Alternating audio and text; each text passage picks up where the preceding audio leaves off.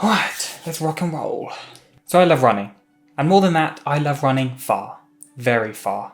Also known as ultra running. But the reality is, the longer the race, the more that can go wrong. And in simple terms, the more fucked you can become. Now, if you're brave enough or foolish enough to have signed up for an ultramarathon for the first time, firstly, kudos to you. But you might be panicking and thinking, where the hell do I even begin? If that's the case, this video is for you. Since I've spent some rare time thinking about the many lessons I've learned, and thinking about the many mistakes that I've made, painfully made, over the many years of ultra running. And for the first chapter of the new Ultra Playbook, I've distilled that experience and research into 4 foundational ideas. Ideas that I believe will lay the foundation for great things to come. Oh, and on a side note, if you haven't signed up for an ultra marathon, click off this video and sign up now, because there's nothing more motivating than a little bit of fear. Anyway, let's get into it. Now I'm going to probably start with the least important one, Arsenal.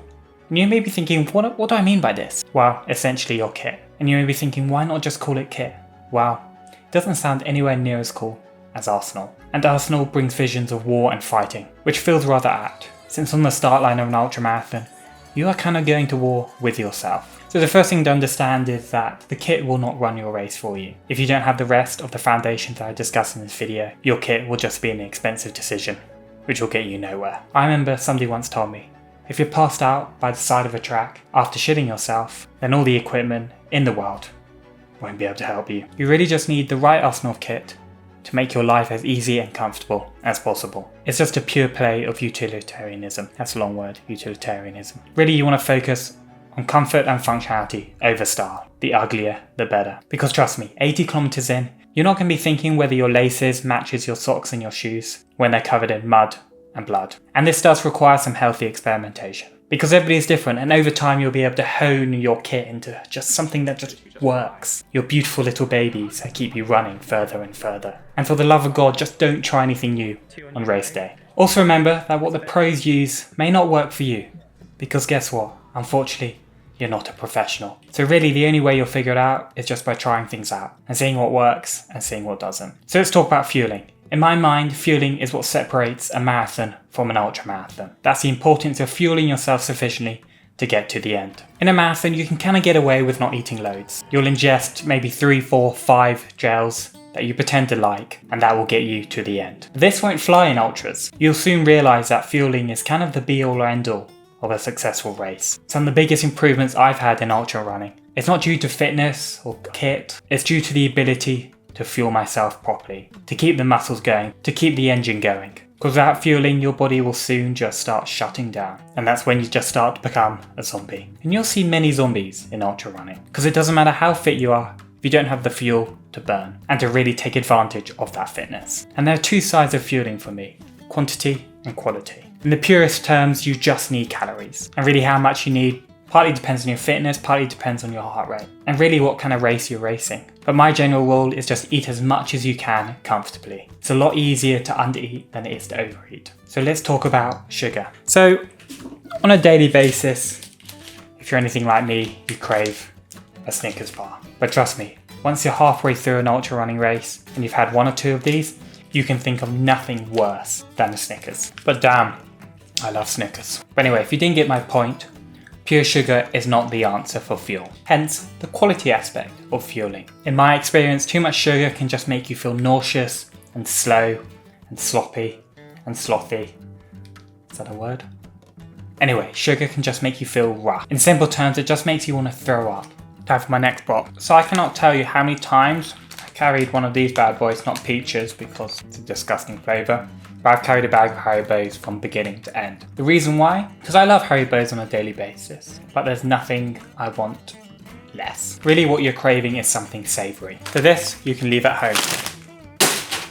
So for myself, I've found that the secret source of fueling is savoury food. Food that you can eat lots of, you can digest easily, and is not super sweet. But you don't want to bring 5,000 calories of the same thing. In the same way that variety is important in your daily nutrition, it's also very important in a long distance race as well. After all, variety is the spice of life. So the things that work for me are kind of like little triangular sandwiches, maybe some cheese, maybe some ham, maybe even a banana. Trying to keep things as savoury and kind of plain as possible. Maybe a few nuts. It's also important to remember that nutrition is not only important for race day, but it's also an incredibly important part of your training. Look, we've all done it.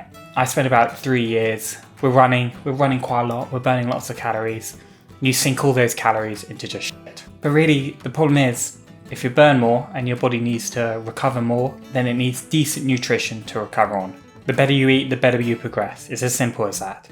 Shit in, shit out. The key is not simply more calories, but it's more protein, it's more fiber, it's more carbohydrates. Those are the things that will keep you going. Those are the things that will ensure that you can recover properly, train properly, and race properly as well. Okay, so let's move on to probably one of the most important concepts to get your head around.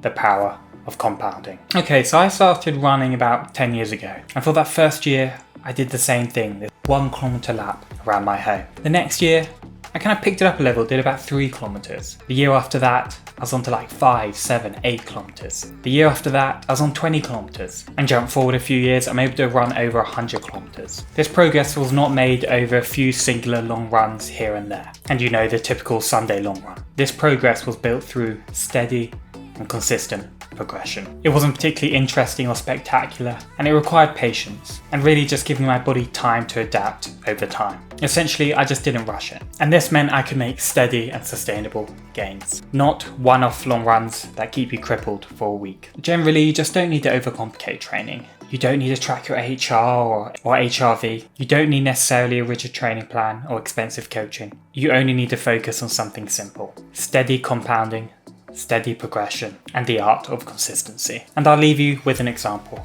Let's say you run 100 times a year. Sounds like a lot, but really it's only twice a week. And let's say you start by being able to run 5 kilometers, and each session you're able to run 1% longer. By the end of the first year, you'll be running about 13 kilometers. Yeah, it doesn't sound like much, does it?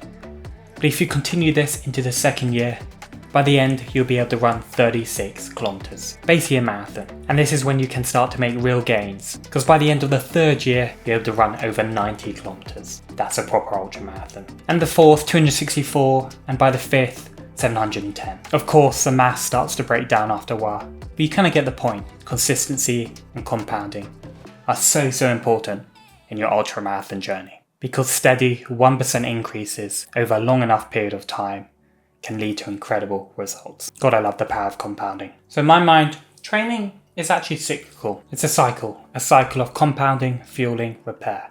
Compounding, fueling, repair. And I'll be the first one to admit, recovery and repair were the least of my worries back in the day. I just didn't understand the importance, and as a result, I fucked my body up. As much as you don't want to admit it, as much as I don't want to admit it, we are not invincible. And if you're compounding correctly, you're always putting your body under a little bit of stress. And that doesn't mean you need to inject your body with some stem cells from an embryo, because recovery for me consists of 5 simple things: stretching, sleep, strength, and chill time, and active recovery, also known as CAS.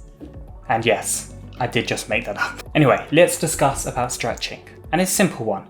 Just do it. Because without stretching, over time, your muscles will get tighter and tighter and tighter. And over time, they'll start pulling on your tendons. And then before you know it, your tendons will tear a little. And this will just lead to you being unable to run and much suffering and despair. But it's preventable. So for God's sake, just do some stretching. I know it's a bit of a bore. So what I like to do is just listen to a podcast or watch something while doing it. And over time, you might even enjoy it. And now let's move on to maybe a surprising one for recovery: strength training. And to be honest, it probably needs its own section, but hey ho. So the problem with running is it's always working the same muscle groups again and again and again. And your body becomes quite efficient, and it lets other muscle groups just degrade and die. Muscle groups which you kind of need for stability and injury prevention. Sometimes your body just isn't that smart. So by incorporating some strength into your routine, you can create a more balanced and resilient body that can truly handle the demands of ultra running. So sleep. We all know sleep is very important, so I won't really dwell on it. Sleep is when your body can recover and repair. And remember, the more you work out, the longer you run, the more you need to sleep as a result. And if you can't tell,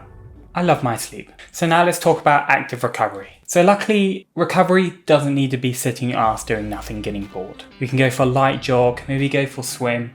Basically anything which allows you to loosen your muscles, get your blood pumping, without doing any more damage. Active recovery is a time where you can just enjoy working out, enjoy doing things for the sake of just moving. It's a beautiful time. And now let's talk about an even more beautiful time. Chill time. Chill time is honestly my favourite. I can grab my Kindle, soak in the bath, and just relax, knowing that you have truly earned this time through working hard, training hard, and racing hard. There is nothing better than some well-earned rest. So to recap, compounding makes you strong, recovery makes you stronger, and fuel just keeps you going. And while your arsenal equips you to take on any ordeal that the trail places in front of you. This is why I believe these 4 foundations are critical and essential for any ultra.